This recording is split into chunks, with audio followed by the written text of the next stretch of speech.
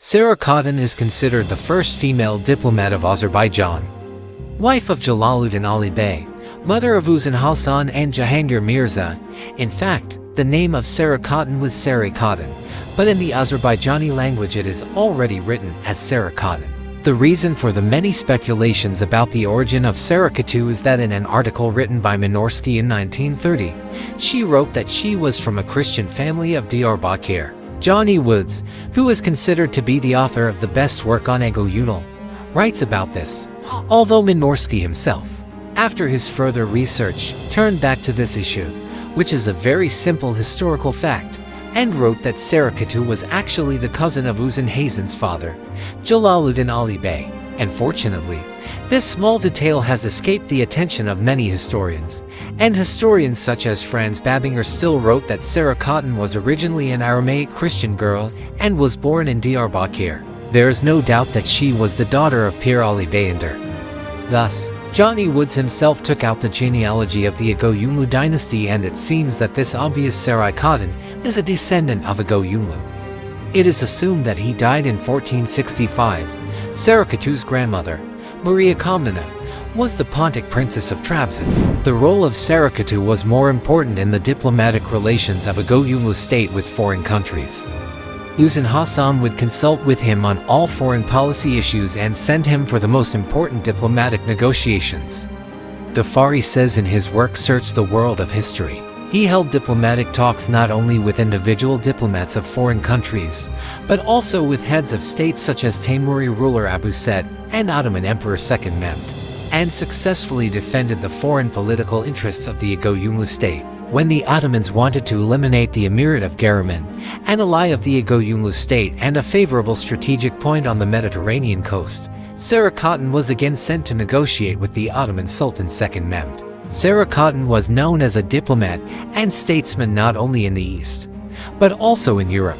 Considering her influence in the Egoyunlu palace, the Senate of the Republic of Venice strictly instructed almost all diplomats sent to Azerbaijan to show respect to Khatun Sara, to give various gifts, and to use her widely to achieve their goals. Almost all diplomatic documents sent from Venice to Azerbaijan mention the name of Sara Khatun. One of them says, the Peace of 1461, which she concluded with Sultan II Mehmed in Golahizar, is of great importance in Sara Khatun's activity as a diplomat.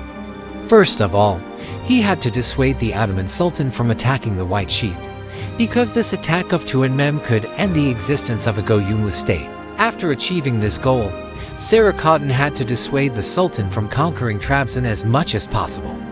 According to sources, Sara Khatun and II Mehmed addressed each other as mother and son during diplomatic negotiations. Sara Khatun was able to fulfill Uzun Hasan's first task by using all her diplomatic skills during these negotiations. He dissuaded II Mehmed from going to war against the Egoyunlu state. Peace was concluded between the two countries on the condition that the Egoyunlu state remained neutral during the attack of the Ottomans and Ottoman troops on Trabzon. This peace was of great importance for the Egoyunlu state at that time. As a result of this agreement concluded by Sara Khatun, the small state of Egoyunlu, which was unable to clash with Turkey at that time, was able to maintain its independence, but Sara Khatun could not fulfill the second task assigned to it. The Sultan of Trabzon could not dissuade the Greek state from joining Turkey. Historian Fodor Uspensky doubts that such a peace treaty could be concluded between the Egoyunlu state and Turkey on the eve of the acquisition of Trabzon. After isolating the Egoyunlu state, Mehmed II marched on Trabzon, but he was not sure that Uzun Hasan would not attack from behind. Therefore, the Sultan took his White Sheep ambassadors with him, led by Sara Khatun. Along the way, Sara Khatun tried to dissuade the Sultan from conquering Trabzon, but her efforts were fruitless. Besieged by the Ottoman fleet from the sea, Trabzon was captured by the Turks on October 26, 1461, after a 30-day siege. An important trading center competing with Genoa on the Black Sea fell. Seeing that Trabzon had already been lost, Sara Khatun put forward the right of her daughter-in-law, Despina Khatun, to inherit the throne of Trabzon.